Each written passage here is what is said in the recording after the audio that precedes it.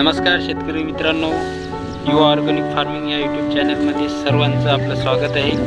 आज आपण SRT पद्धतीने सोयाबीन व कापूस मिश्र पीक किंवा आंतरपीक असं दोन्ही म्हटले जाते। या दोन्ही पिकामध्ये आज आपण बघणार आहोत की सोयाबीन आणि कापूस या पिकाची SRT पद्धतीनुसार कशा पद्धतीने लागवड केली जाते व याचे फायदे काय, प्लस थोडेफार नुकसान पण असू शकते, ते नुकसान पण आपण सांगण्याचा प्रयत्न करणार आहोत। आपल्या यूट्यूबच्या चॅनलच्या माध्यमातून आपला सोयाबीन व कापूस SRT पद्धतीत कशा प्रकारे लागवड केली जाते। सर्वप्रथम आपण शेतामध्ये 4 फुटाचे बेड पाडल्याच्या नंतर ते बेड दाबायचे वगैरे काही नाही करायचे। पूर्ण उंच जसे 1 ते 1.5 फुटापर्यंत उंच राहू द्यायचे। उंच राहिल्याच्या नंतर या बेडावरती आपण एक पाऊस झाल्याच्या नंतर टोकन मशीननं आपण सोयाबीनची या व्हरायटीची लागवड करायची बेडाच्या साईडनं। जसे की आपण पाहू शकता की या पद्धतीत आपण बेडाची लागवड केलेली आहे, बेडवर सोयाबीनची लागवड केलेली आहे। अशी एक साईडनं सोयाबीनची लागवड केलेली आहे, त्याच्या साईडनं जे मधात नाली सोडून 1.5 ते 2 फुटाची नाली सोडायची, ती बेडाच्या अंतरमध्ये सुटल्या जाते ऑलरेडी।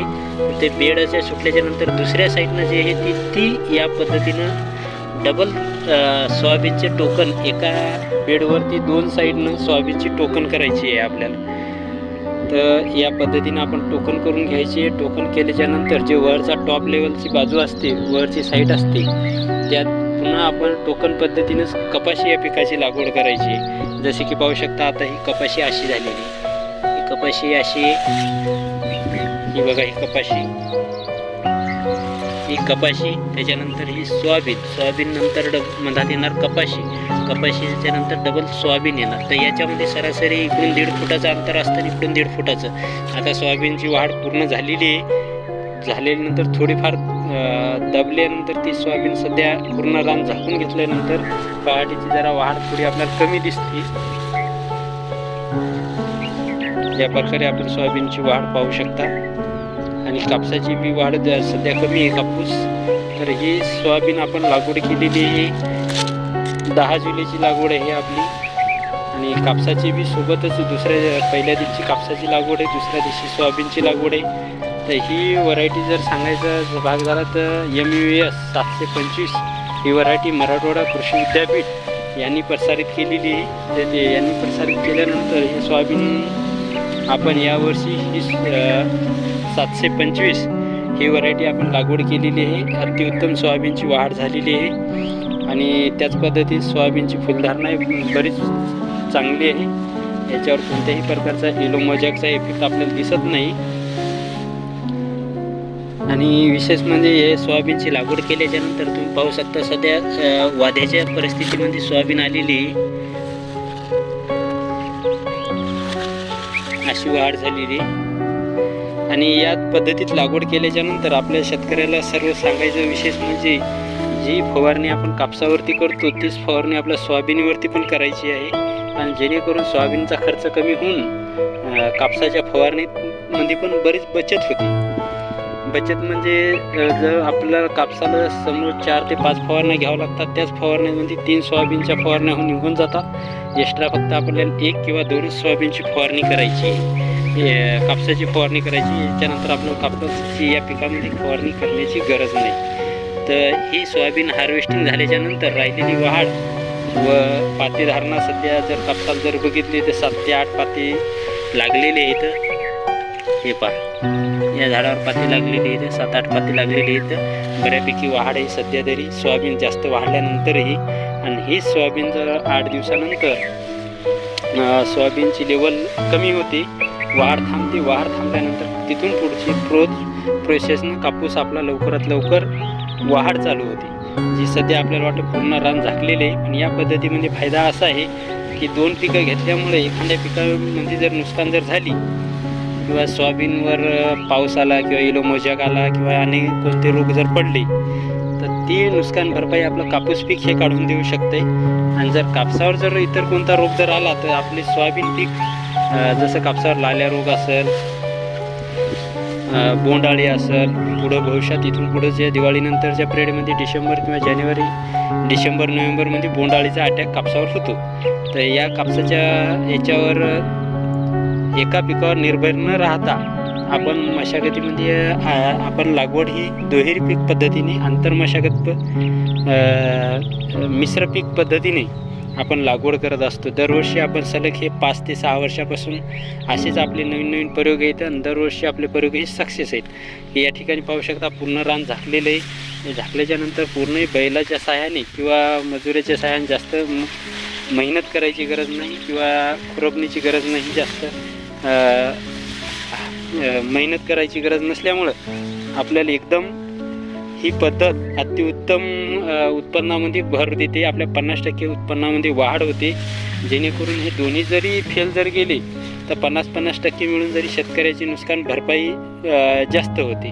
की जसं की एक मुख्य पीक जर कपाशी हे जर पीक जर घेतलं आपण तर पुढं भविष्यात लाल्या रोग असेल, बोंडाळी असेल, हे पीक आल्यामुळं शेतकऱ्याचे 50% उत्पन्नात घट होते. तर या पद्धतीमुळं आपण जे आंतरपीक सोयाबीन घेतलं तर 50% कापसात जर नुकसान भरपाई झाली तर आपल्याला ही सोयाबीन ऑलरेडी आपल्याला 50% ते 60-70% आपल्याला नुकसान भरपाई देऊन जाते. की जे आपला फवारणीचा खर्च असेल, लागवडीचा खर्च असेल किंवा इतर अन्य खर्च जे मजुराच्या सहाय्याने आपण जे काही काम करत असतो, फवारणी वगैरे सगळा खर्च, तर या पद्धतीत सोयाबीनमध्ये पूर्ण आपला खर्च निघून जातो.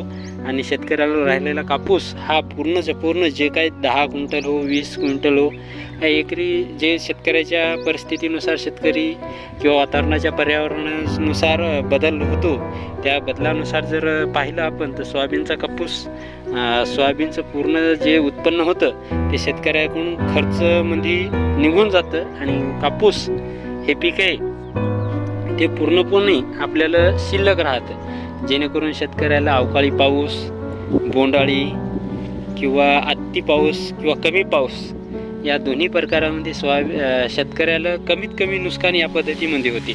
जसे की आज पाहिलं तर आज समजा 20 ऑगस्ट, आज रोजी 20 ऑगस्टची तारीख आहे, तरी मराठवाडा, संपूर्ण मराठवाड्यामध्ये अत्यंत कमी पाऊस पडलेला आहे. आजही सरासरी जर पडला तर 50%च पाऊस पूर्ण मराठवाड्यात पडलेला आहे. तर या हिशोबाने जरी पडलं तरी आपलं पीक जर बघू शकता तुम्ही, 50% पाऊस कमी असतानाही आपलं पीक अतिउत्तम आहे. याचं नियोजन हेच आहे की आपण SRT पद्धतीनुसार बेड पाडतो. बेड पाडल्याच्या नंतर त्याच्यात सोयाबीन प्लस कापूस तर लागवड करतो. त्या लागवड केल्यानंतर आपल्याला पाणी कमी लागतं. कसं काय कमी लागतं? कारण की आपण जे बेड पाडलेले ते बेड अजूनही तुम्ही जर बघितले तर पूर्ण ओले, पाऊस अत्यंत कमी आहे, अजूनही मातीचा गोळा होते, म्हणजे भरपूर ओले.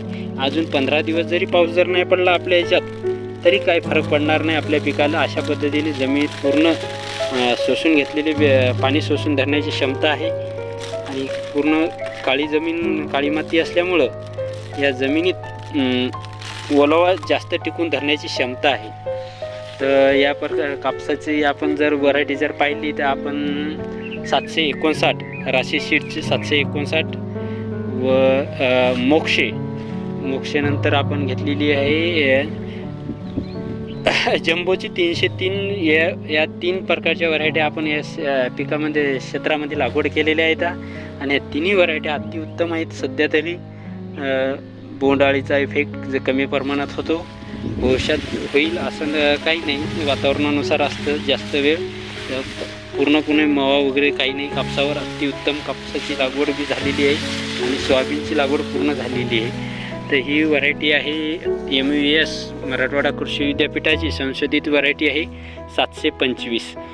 ही व्हरायटीज जास्त 4 सोल्याच्या शेंगा असतात याला आणि 3 दाण्याच्या शेंगा असतात. अशा दोन्ही प्रकारच्या असतात. सध्या वाढ जर पाहिली सरासरी तर अतिउत्तम वाढ आहे. जेणेकरून आता बी आपण कोणत्याही प्रकारचं याला खत वगैरे काही एक्स्ट्रा आपण दिलेलं नाही. जे कापसाला दिलेलं आहे तेच दिलेले आहे, सोयाबीनला पण गेलेले आहे. त्याच्यानंतर एक्स्ट्रा आपण याची फवारणीच घेतलेली नाही. जी कापसाला फवारणी चालते तीच सोयाबीनला फवारणी चालते. सर्व प्रकारचे कीटकनाशक, बुरशीनाशक किंवा टॉनिक जे काय असतील किंवा मॅक्रोन्यूट्रनचे घटक असतील ते सर्व दोन्ही पिकाला समान चालतात. तर त्याच्यामुळं आपल्याला जे कापसावरचा एक्स्ट्रा खर्च असतो ते आपला 50% सोयाबीन आधीच आपल्याला काढून देते. त्यामुळे शेतकऱ्याला जास्त लोड घ्यायची गरज नाही. आणि या दोन्ही पिकात असल्यामुळे जास्त शेतकऱ्यांना बैलाच्या साहाय्याने, निंदीच्या साहाय्याने किंवा मजुराच्या सहाय्याने खुरपणी करण्याचा खर्च अत्यंत कमी आहे. जसे की बैलाच्या सहाय्याने जर म्हणलं तर आपण जर रेग्युलर पारंपरिक पद्धतीने जर लागवड केली 4 ते 5 फुटावर, तर या पद्धतीत जर पाहिलं आपण तर आपल्याला 3-4 वेळा किंवा 5-6 वेळा आपल्याला बैलाच्या सहाय्याने जी मशागत आंतरमशागत करावी लागते, तर या पद्धतीत अत्यंत मशागत करायची गरजच नाही. जर वाटलं तर एखाद्या वेळेस जर आपण आता यावेळेस तणनाशक किंवा मारू शकत नाही किंवा मजूर आपल्याला मिळाले, त्याच वेळेस आपण मजुराच्या सहाय्यानं जे तण असतं ते आपण पूर्ण काढून घेतो. त्याच्यानंतर आपल्या सोयाबीन निघेपर्यंत या क्षेत्रात फक्त फवारणीशिवाय दुसरं काहीही करायची गरज नाही. तर ह्या प्लॉट जर पाहिला तर आपण पूर्ण दीड एकरामध्ये प्लॉट आहे आपला हा. सध्या संपूर्ण प्लॉटची पाहणी आपण जरी केली तर एक समान पीक बसलेले कापूस सोयाबीन पूर्ण क्षेत्र एकसारखं दिसलेले. आणि याच्या सोयाबीनची जी लागवड आहे ते एकरी फक्त आपल्याला 15 ते 18 किलो बी लागलेले, कारण आपण पहिलेच याच्यात कापूस हे पीक मिश्र आंतरपीक असल्यामुळं सोयाबीनची जी मशीनद्वारे आपण टोकन पद्धतीने 3 किंवा 4 टाकतो, तर आपण ते दाणे कमी टाकले असल्या कारणानं आपण फक्त 2च दाणे टाकले, त्यामुळं आपल्याला बी या क्षेत्रात कमी लागलेले. आणि कापूस जर पाहिला आपण ते 4 फुटावर असल्यामुळं कापूस आपण 2 फुटाचं 1.5 फुटाचं 1.5-2 या सरासरी अंदाजे अंतर ठेवून मशीनच्या सहाय्यानं आपण 12 इंचावर टोकन केलेली. दोन्ही याच्यात कोणत्याही प्रकारच्या मजुराची गरज SRT पद्धतीत आपल्याला लागत नाही किंवा जास्त कामाचा ताण येत नाही. किंवा या पद्धतीनुसारच आताच राहिला विषय आपला खत व्यवस्थापन. तर खत व्यवस्थापनमध्ये आपण पहिला डोस टाकला होता 20-0-13. तर यानंतर आपण त्याच्यासोबत टाकलेलं होतं की SSP फर्टिलायझरमध्ये वापर केलेला होता. डुड्डामध्ये आपण सर्वसामान्य डुड्डा असं म्हणतो पावडर, आणि त्याचनंतर पोटॅशचा वापर केला होता. पण आता आपण आज दुसरा खताचा डोस आपण या पद्धतीने कापसाला दिलेला आहे. तर त्याच्यामध्ये NPK 9-24-24 त्या महादानचं स्मार्टेक कॉपराटेक नावाने येते, अत्यंत प्रचलित खत आहे. आणि जास्त त्याच्यात झिंक, सल्फर, बोरॉन आणि मॅग्नेशियम या घटकाचं संगम कॉर्पोरेट पद्धतीने केलेलं आहे. त्याच्यामुळे हे एकच खत आपण जर वापरलं तर अन्य पीक कोणते पोटॅश वगैरे मॅक्रोन्यूटन यामध्ये मिक्स करायची गरज नाही. त्यामुळे आपण एकरी 1.5 एकराच्या सहाय्याने आपण 3 बॅगा यामध्ये 9-24-24 टाकलेले आहेत.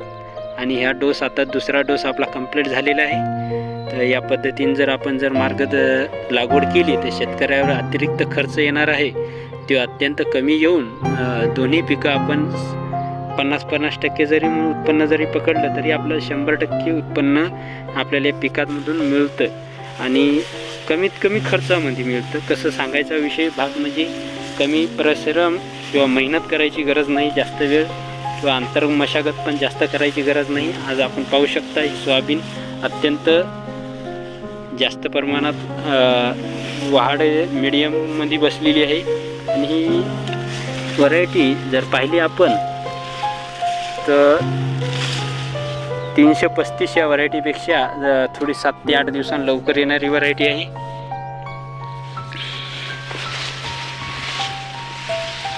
हे बघू शकता आपण.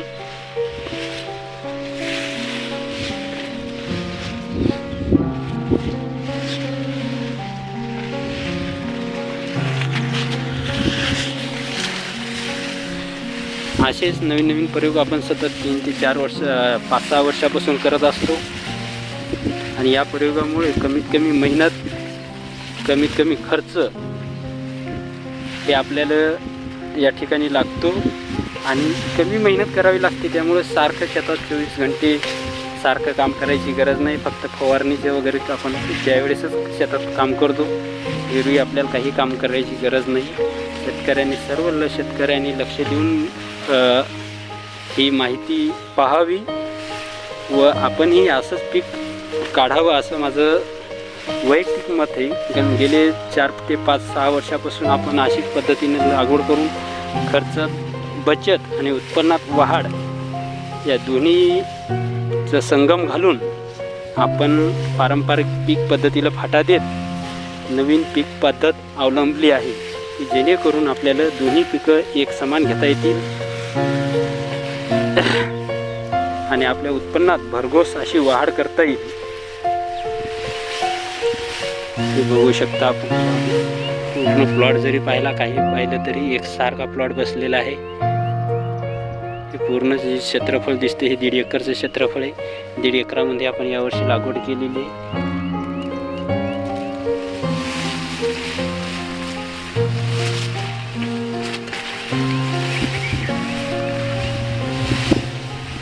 ही SRT पद्धत सगुणा राईस टेक्नॉलॉजी असल्यामुळं आपल्याला कमी मेहनत कमी परिश्रम घेतल्याची जाणवतं. म्हणजे आपण कमीच मेहनत करत असतो आणि 2 पिकं असल्यामुळं 50-50% 100% उत्पन्न आपल्याला येऊ शकतं याची हमी आज आपण पाहू शकतो.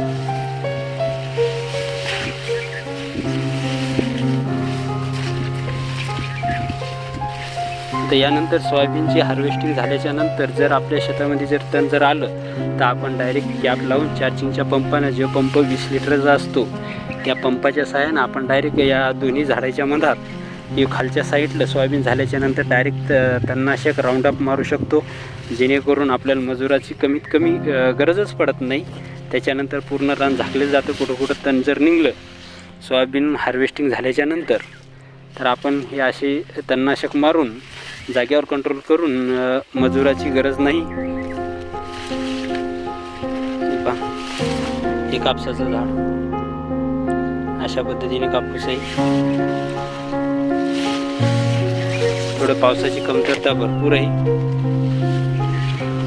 पण आपली SRT पद्धत असल्यामुळे आपल्याला कमी जाणवतं पूर्ण प्लॉट.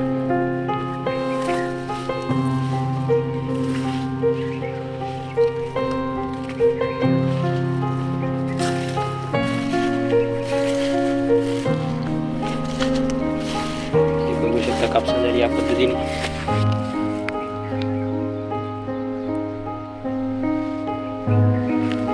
आणि 2 पद्धतीत लागवड केलेली आहे. बघा एक झाडाची साईज फुलधारणा आणि वाद्या अतिउत्तम झालेल्या आहेत. ही एक दुसरी लाईन आहे. या 2 लाईन या बेडवरच्या खालच्या साईडला घेतलेल्या आहेत आपण. त्यानंतर बेडवर आपण कापूस घेतलेला आहे. एका 4 फुटाच्या याच्यामध्ये आपले एक कापसाचा 2 सोयाबीनची अशा 2 लाईन टोकन पद्धतीने घेतलेल्या आहेत आपण.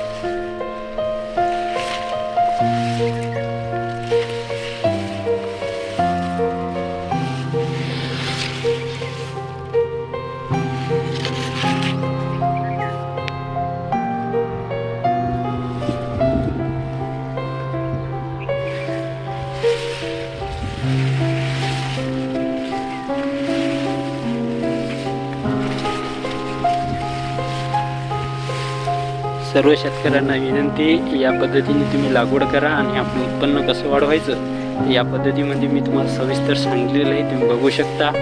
जर आपण एक पीक घेतलं तर आपल्याला जास्त मेहनत करावं लागते. डबल ते पीक येईपर्यंत पर्यावरण, नैसर्गिक वातावरण, बोंडाळी, करपा यासारखे अनेक रोग शेतकऱ्याच्या अडचणीत भेडसावतात. त्यामुळे शेतकऱ्याचं जास्तीत जास्त जर ते अडचणी आल्या तर शेतकऱ्याची भरपूर प्रमाणात एक पीक असल्यामुळे जास्त नुकसान होते. यावेळेस एक पीक नसताना आपण 2 पिकं कशी घ्यायची आणि SRT पद्धतीनुसार कशी लागवड करायची हे आपण या व्हिडिओच्या माध्यमातून सांगितलेलं आहे. आणि या पद्धतीत शेतकऱ्याची दोन्ही पिकं जरी 50%ची नुकसान जरी झाली तरी पण आपल्या शेतकऱ्याला 100% नुकसान न होता आपल्या 50% उत्पन्नात आपली वाढ होती. जर एखादं पीक जर 50% गेलं तर आपलं दुसरं पीक जे असतं त्याच्यातून 100% उत्पन्न आपल्याला होऊ शकतं. त्याच्यामुळं सर्व शेतकरी बांधवांनो, आपण या पद्धतीचा अवलंब करा आणि आपल्या पिकाची व शेतीची कमी मशागत, कमी मेहनत, कमी खर्चामध्ये आपण SRT पद्धतीनं लागवड करा आणि आपलं उत्पन्न वाढवण्याचा प्रयत्न करा. जसं की आम्ही सलग 4 ते 5 वर्षापासून असे प्रयोग रोज दरवर्षी करत असतो. तसेच हे तुम्हाला मी दाखवत आहे आपल्या व्हिडिओच्या माध्यमातून, युवा फार्मिंग या यूट्यूब चॅनलच्या माध्यमातून असेच नवीन प्रयोग आपण दाखवणार आहोत, जेणेकरून शेतकऱ्यांनी हे प्रयोग अवलंब करावा आणि पारंपरिक पद्धत सोडून आताचा नवीन पद्धतीमध्ये आपण आपलं उत्पन्न वाढवावं.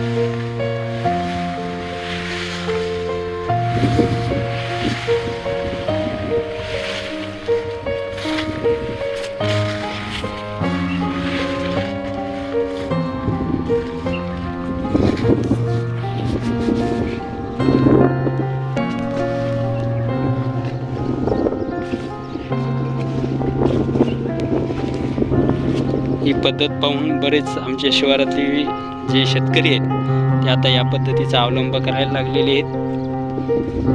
आपलं सलग 3-4-5 वर्षापासून पाहत असल्या कारणाने 5-6 तरी शेतकऱ्यांनी हा प्रयोग आपल्या शिवारामध्ये केलेला आहे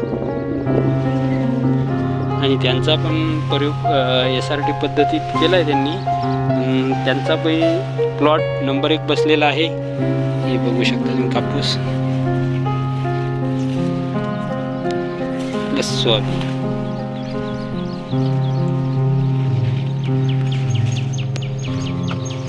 तर यावर्षी दरवर्षीप्रमाणे 15 दिवसानं लागवड लेट आहे. पावसाचं प्रमाण कमी आहे. त्याच्यानंतर कापसात जराशी उंची कमी आहे, हाईटला जरा कमी आहे. तर काही हेडोमध्ये जर तुम्हाला जर दिसेल कुठंशी दुसरे शेतकरी दाखवत असतील तर त्याची लागवड लवकर झालेली असेल, त्याच्यामुळे ती कापसाची वाढ पूर्ण झालेली दिसते आपल्याला. तर कसं समजायला असेल की आपल्याला पाऊस लेट झाल्यामुळं आपल्या कापसाची हाईट थोडी कमी आहे. पेरीची लागवड लेट झाल्यामुळे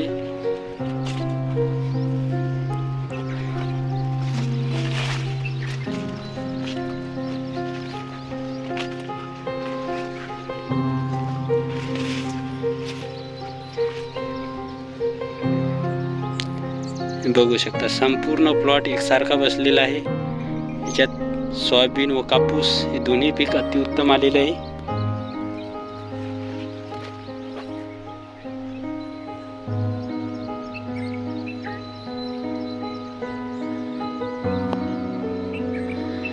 अशीच नवीन माहिती पाहण्यासाठी युवा ऑर्गॅनिक फार्मिंग या यूट्यूब चॅनेलला लाईक, सबस्क्राईब करा आणि माहिती आवडल्यास इतर शेतकऱ्यांना शेअर करायला विसरू नका.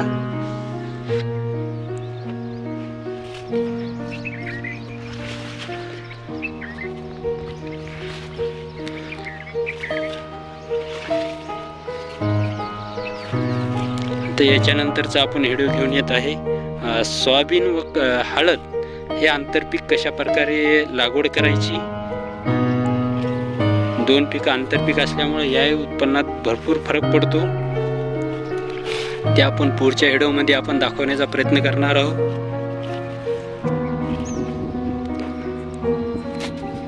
धन्यवाद.